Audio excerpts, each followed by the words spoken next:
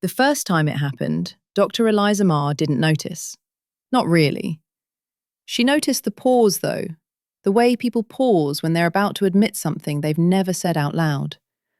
The micro-swallow.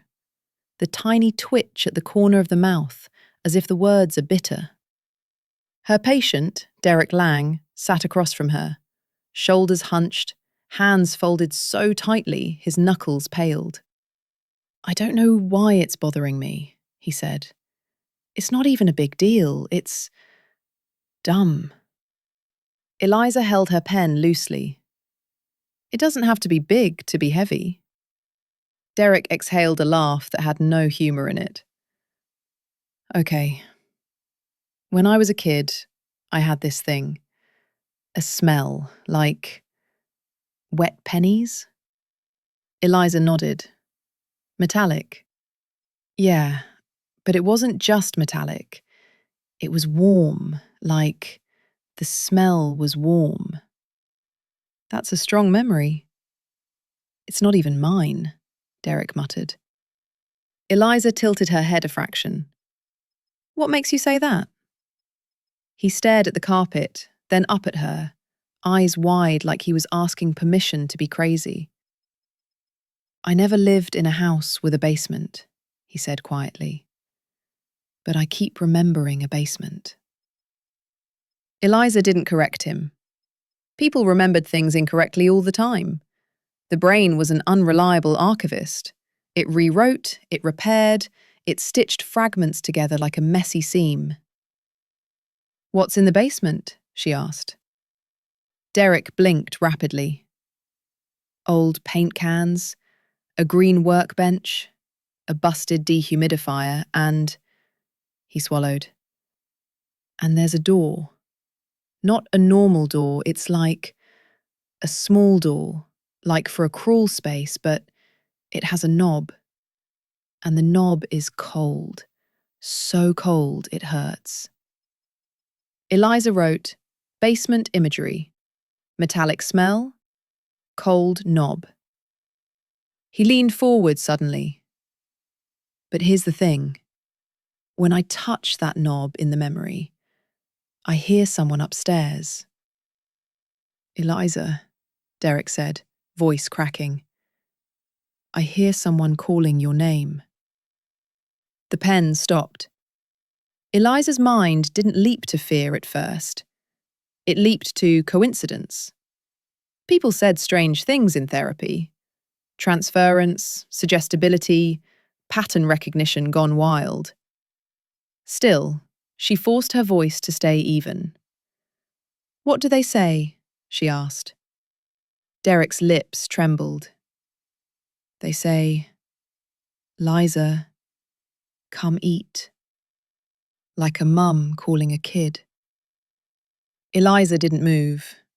Not at first. Her name was Eliza, yes, but no one had called her Liza since she was small. And even then, only one person did. Her mother. Derek wiped his face hard with his sleeve, embarrassed by his own emotion. "I'm sorry. I sound insane."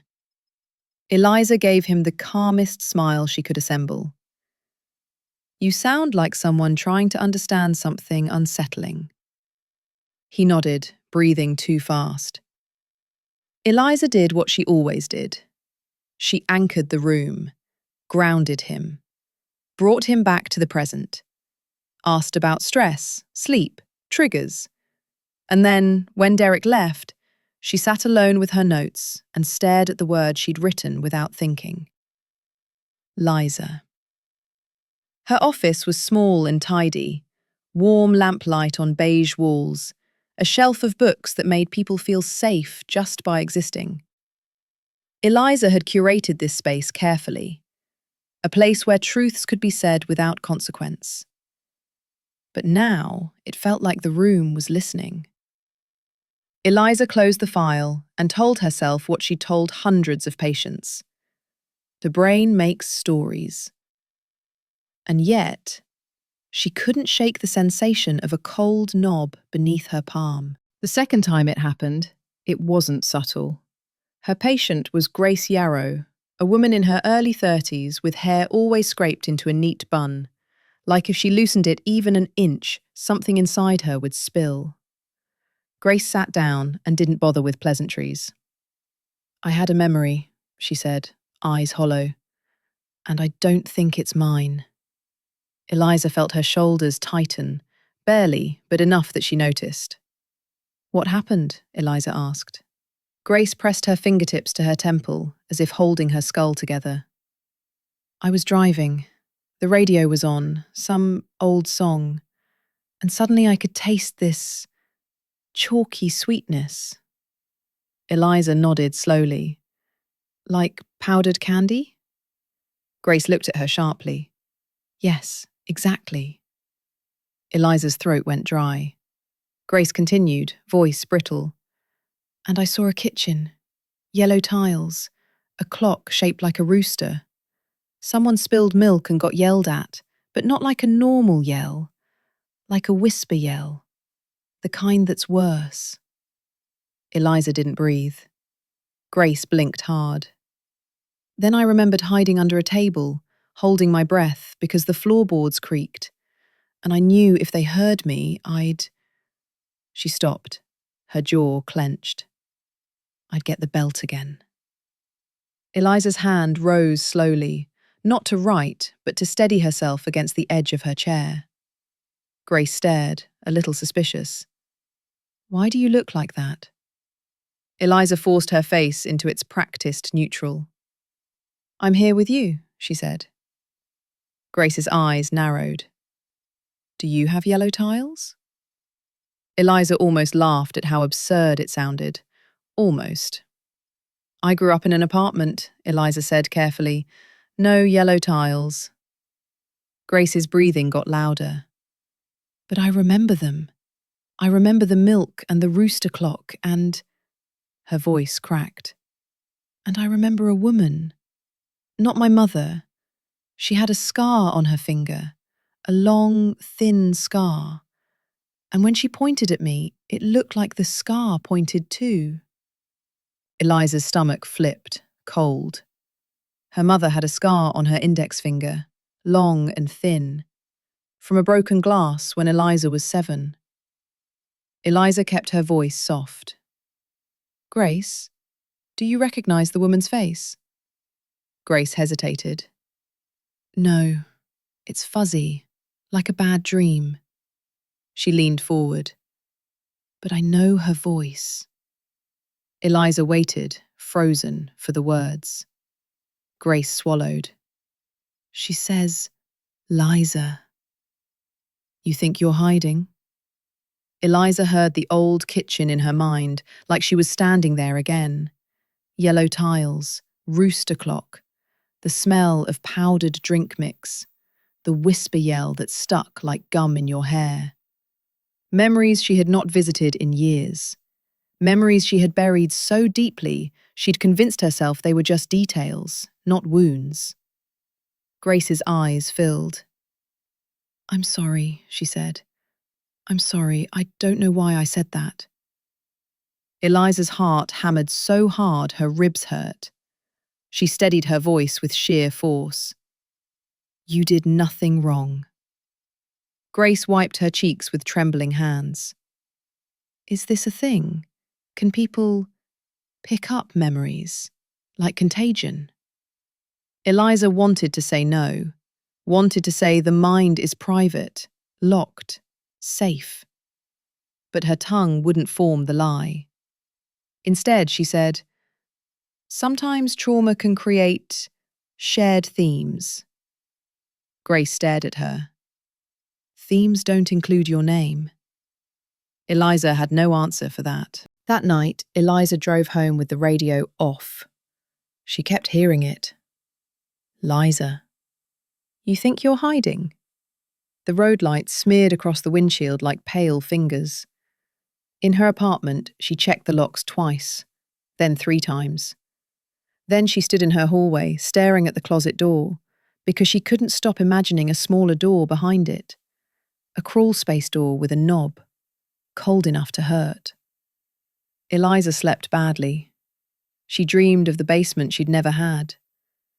In the dream, she was holding the knob, listening to footsteps upstairs. Her mother's voice called down, sweet and sing-song. "Liza, come eat." Eliza tried to let go of the knob, but her hand was stuck. And then she heard another voice, one she didn't recognize, whispering right behind her ear. "You gave them away." She woke with a gasp, sheets damp with sweat, heart racing like she'd been chased. Eliza sat up in the dark and listened. Her apartment was silent. Still, she couldn't stop herself from checking the closet. It was just coats and boxes, no door, no knob, just the dark space between hanging fabric, smelling faintly of old detergent and cardboard. She shut it quickly, angry at herself. Then she did something she almost never did. She opened her laptop and looked up her own name. Not just Eliza Marr, the professional, but her maiden name, the one she'd scrapped off her life like a sticker. Eliza Hartwell. Search results populated, mostly nothing. A few old mentions, an address, a high school award, a PDF newsletter from a community centre. And then her cursor hovered over something that made her stomach sink. A forum post. No title, just a snippet. "Does anyone else remember Dr. Hartwell's basement room?" Eliza's fingers turned numb. She clicked. The page loaded slowly, as if the internet itself didn't want to show her. There were comments. Many. Some were skeptical, some were angry, some were joking, using humour like armour. But a few were detailed. Too detailed. "I remember the smell, like wet pennies. The knob was cold, weirdly cold. There was a workbench, green. She called someone Liza upstairs. I don't know if it was real or if I dreamed it." Eliza stared until her eyes burned. She whispered, "No." Her mother had never been a doctor. Her mother had been a nurse, not a doctor. But her mother's name was Marilyn Hartwell, and this forum post said Dr. Hartwell. Eliza scrolled further, pulse thundering. A username popped out at her. D_Lang_87. Derek.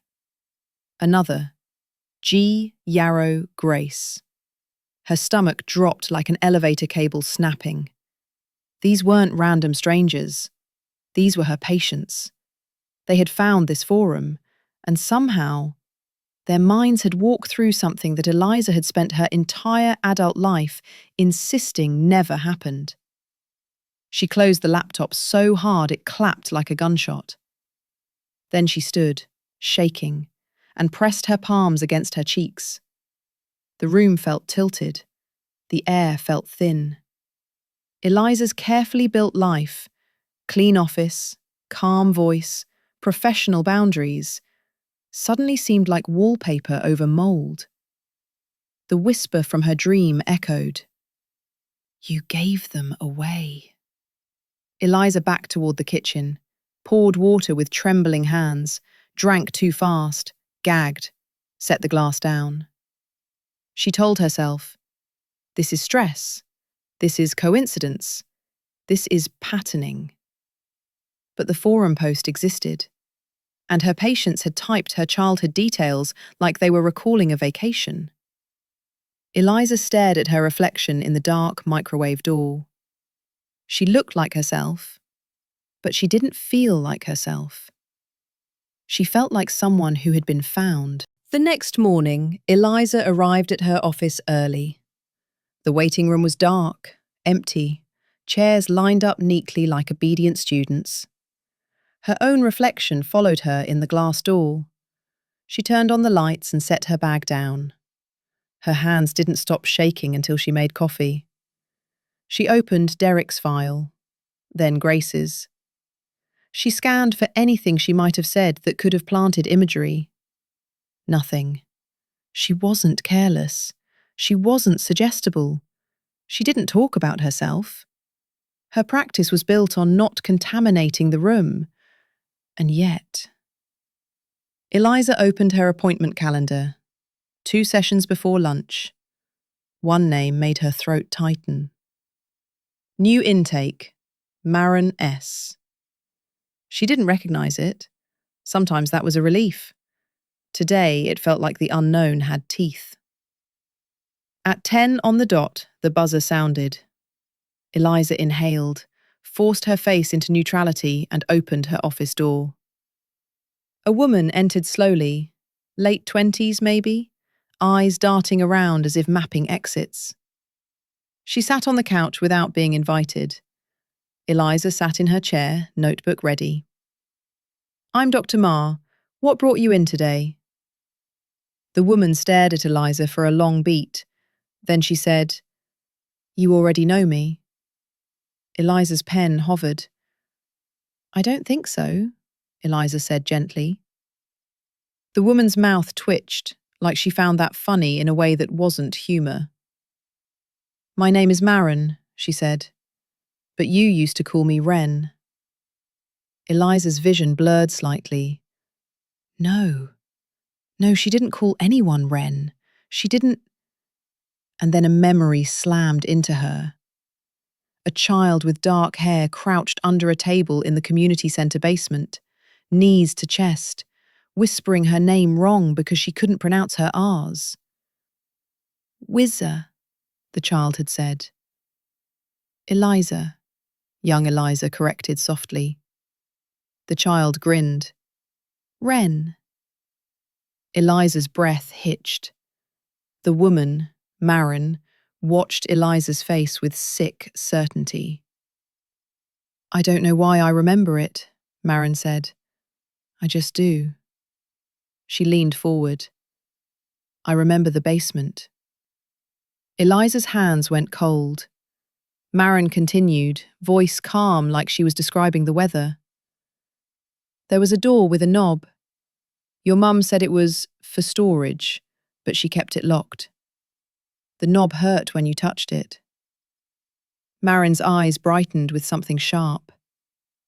"You touched it anyway. You always touched it anyway." Eliza couldn't speak. Maren smiled. It wasn't kind. It wasn't cruel. It was satisfied. "I remember you," Maren whispered, "because you're the one who opened it." Eliza's lungs refused to work. Her vision tunneled.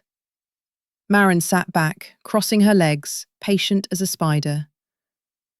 "You don't remember me," she said, "but I remember you. And now everyone else is remembering too." Eliza's mouth finally worked, but her voice came out thin. "Who are you?" Maren blinked slowly. "I'm the one you left behind." The office suddenly felt too small, too quiet. Eliza stared at the woman across from her and realized something terrible. These weren't borrowed memories like a cold caught in a crowded room. These were memories that had been locked away, and the lock was failing. And if the lock was failing, then whatever was behind that door... Eliza's phone buzzed on her desk. A notification, a new email. Subject line, Hartwell basement room. Eliza didn't remember subscribing to anything, didn't remember giving that forum her email. Her fingers moved anyway, pulled by dread. She opened it. There was no message body, just one line. "We are coming upstairs." Eliza stared. Maren watched her read it. Then Maren smiled wider, and in a voice that sounded too much like a child, she said, "Liza, come eat." Eliza stood so fast her chair rolled back. Maren didn't flinch. Eliza's eyes flicked to the door, to the hallway beyond. The building was quiet, but not empty. Other therapists, reception, the hum of normal life. It should have made her feel safe. It didn't. Eliza forced her voice steady. Marin, I think... You think you can stop it, Marin said softly. Eliza swallowed, throat tight. I don't know what you're talking about. Marin tilted her head. Sure you do. Eliza's brain scrambled. Logic, psychology, diagnostics. Delusion? Dissociation? Shared psychosis? Someone stalking her, researching her. But Marin's details weren't Googleable. Not the knob, not the milk spill, not the rooster clock, not Wren. Eliza sat back down slowly, as if sudden movement might trigger something. What do you want? Eliza asked. Marin's eyes softened, for the first time showing something like grief. I want you to remember what you did, she whispered. Eliza shook her head once, small. I don't know you. Marin's expression snapped back into that satisfied calm. You will. Marin leaned forward again, elbows on knees, as casual as a friend sharing a secret. Do you know what a memory is? Marin asked. It's not a file. It's not a picture. It's a door.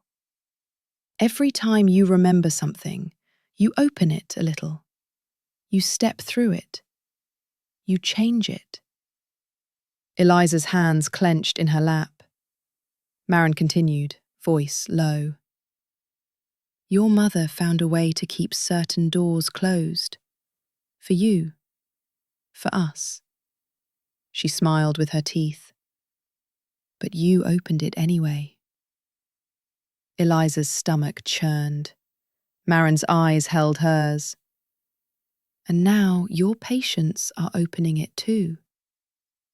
The office lights hummed. The clock ticked too loudly. Eliza tried to ground herself, tried to cling to reality. What are you implying? Eliza asked.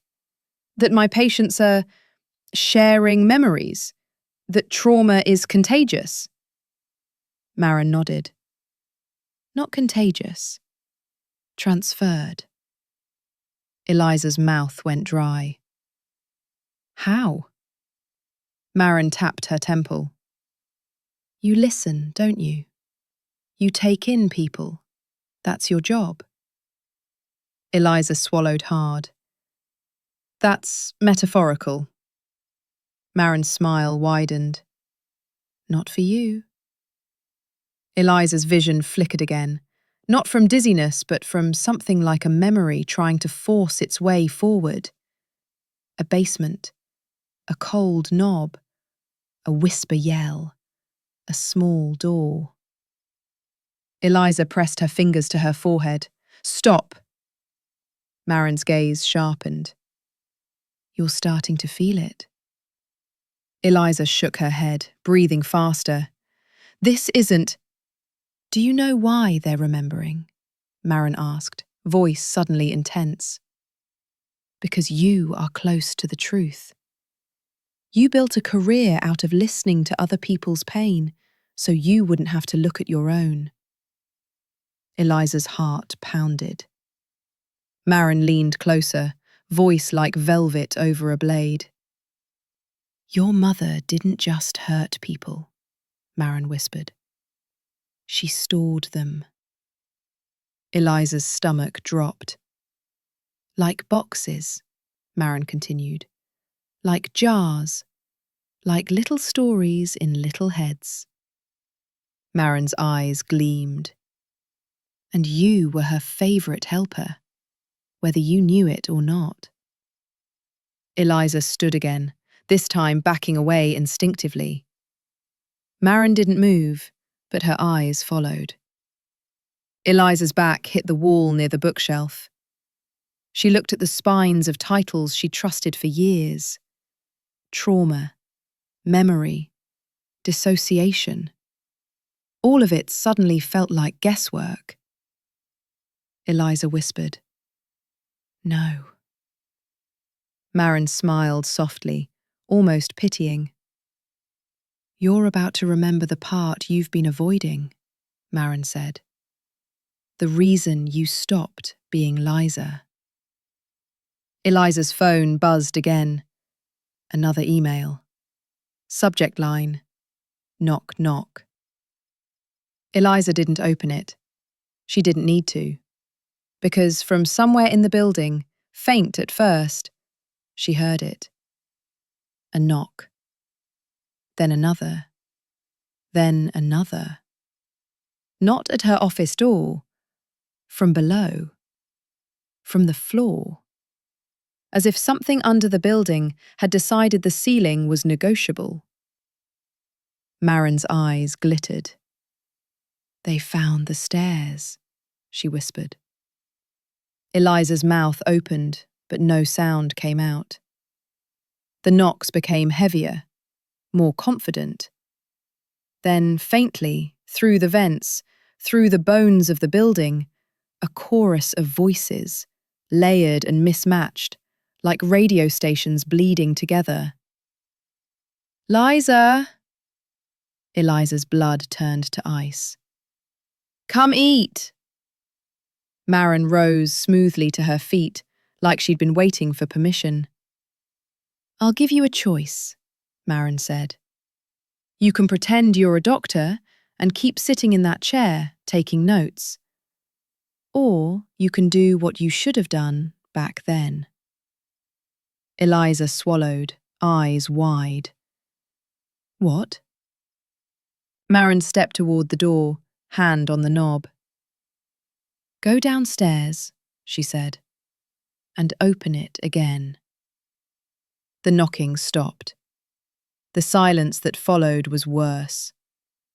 It wasn't absence. It was attention. Something listening. Waiting. Marin opened the door and glanced back. After all, she said, voice gentle and terrible, you're the reason it was ever unlocked.